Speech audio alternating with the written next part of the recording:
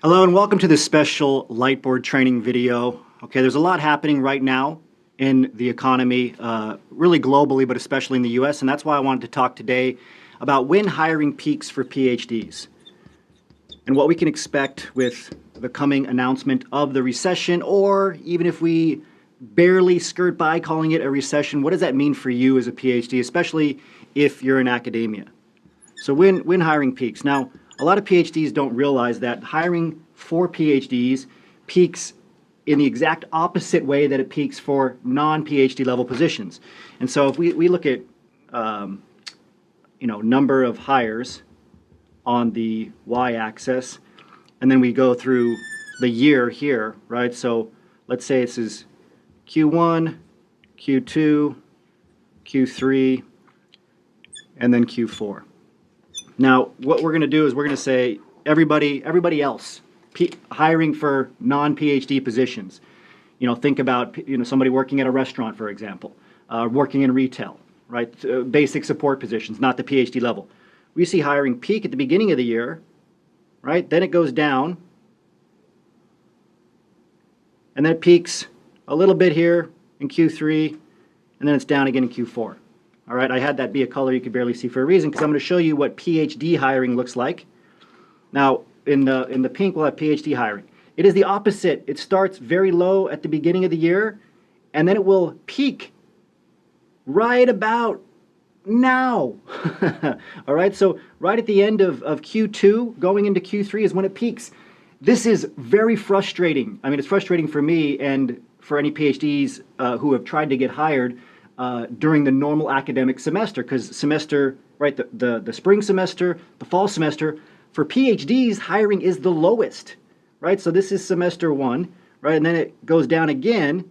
And then the biggest peak is actually at the end of the year, because companies have to spend their budgets at the end of the year, right? So they have a lot of their budget left over. If let's say your budget was $1 million for your department for a year, if you only spend 800,000, you're not getting $1 million the next year. So they want to spend their budget. What do they want to spend it on? High-priced talent. That's you, the PhD, right? So this is semester two, and then this is the end of the year. Now, what is going to happen if we have an announcement, of a recession? Let's say somewhere in here, a recession is announced.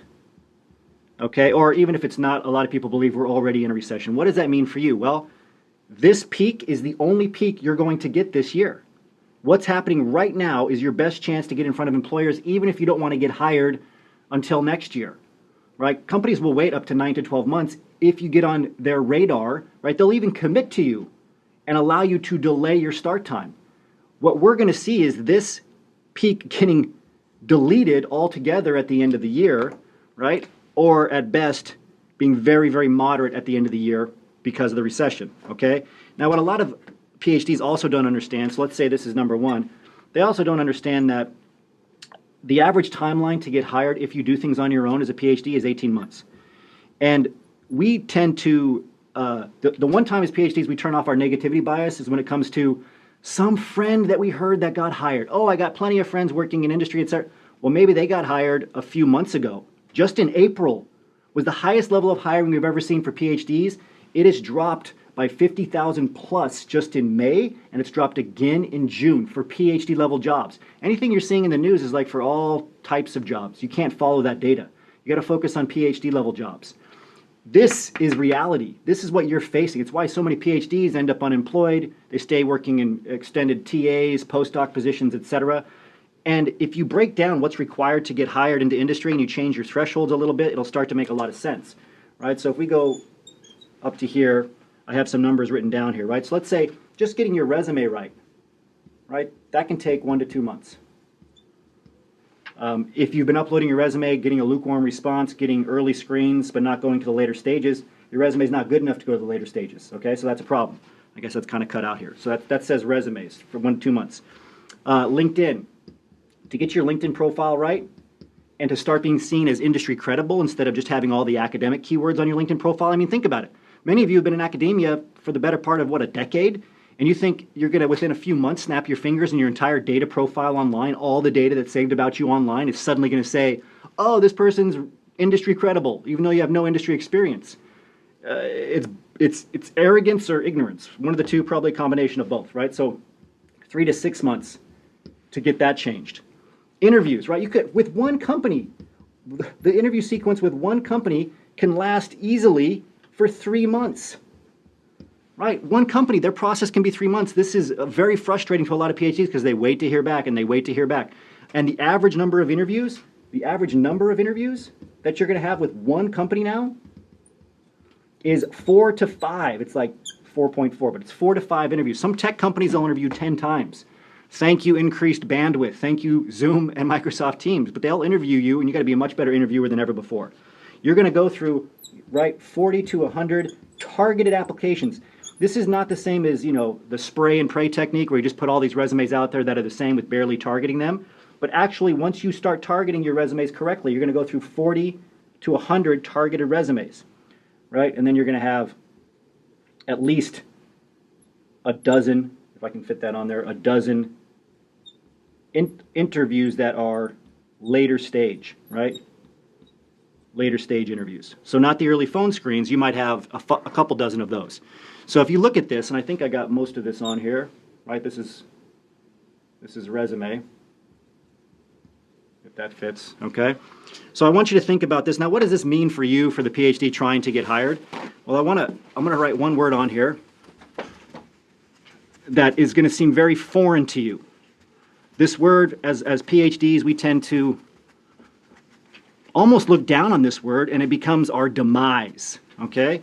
What is that word? You got to have a sense of urgency in your job search, especially today, right? Because in today's economy, with everything we've seen from the pandemic, the recession, right? It's going to affect academia much more than industry. Academia is on its last leg, okay?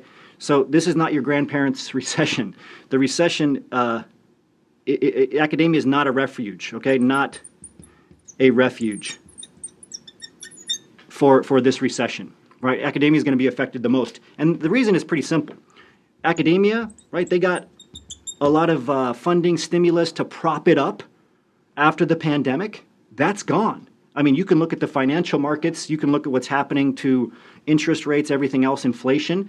Like they got nothing in their storehouses.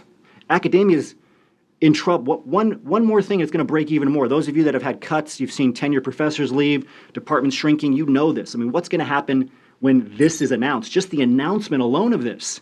We hope that this doesn't get announced, right? But either way, it's here. Whether it barely, right, whether the GDP is flat or not, this is here, right? But in industry, they've stored, okay? They have their storehouses full. They'll hire people now, and they can ride out this recession storm if you get on board now, get in front of them now. Okay?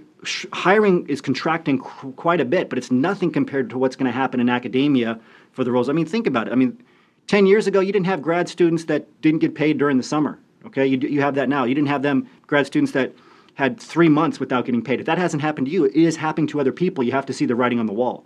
So you need to act with a sense of urgency in your job search. You need to figure out what you need to do to get hired. At least have a game plan. At least figure out where you are now and where you need to go. Okay, so I wanted to explain this to you. And if this resonates with you, I want to invite you to get on a transition call with myself or one of my transition specialists to talk about what all of this means for you, what your timeline likely looks like, which means we got to figure out where you are now in your career, right, and where you want to go next in industry. How the job market's changing, how it will be affected by the recession. You have to have a plan. Things, as we've seen over the last few years, can move very, very quickly. So take advantage of a transition call. You can click the image or the box below, or you can just go to phdsgethired.com, phdsgethired.com to book a transition call. I opened up some slots specifically for this situation because I'm talking to a lot of PhDs right now that are just hanging out for the summer. But you saw that chart that I showed you. Right now is what we've traditionally called the mid-year hiring boom. And it's more important than ever because we don't think that boom at the end of the year, that second peak, is going to happen due to the recession that's about to be announced. As always, remember your value as a PhD. Book a transition call. If you can get your application in, I'd love to at least review it. Hopefully, if your application goes through, we'll get a chance to talk. And always remember your value as a PhD.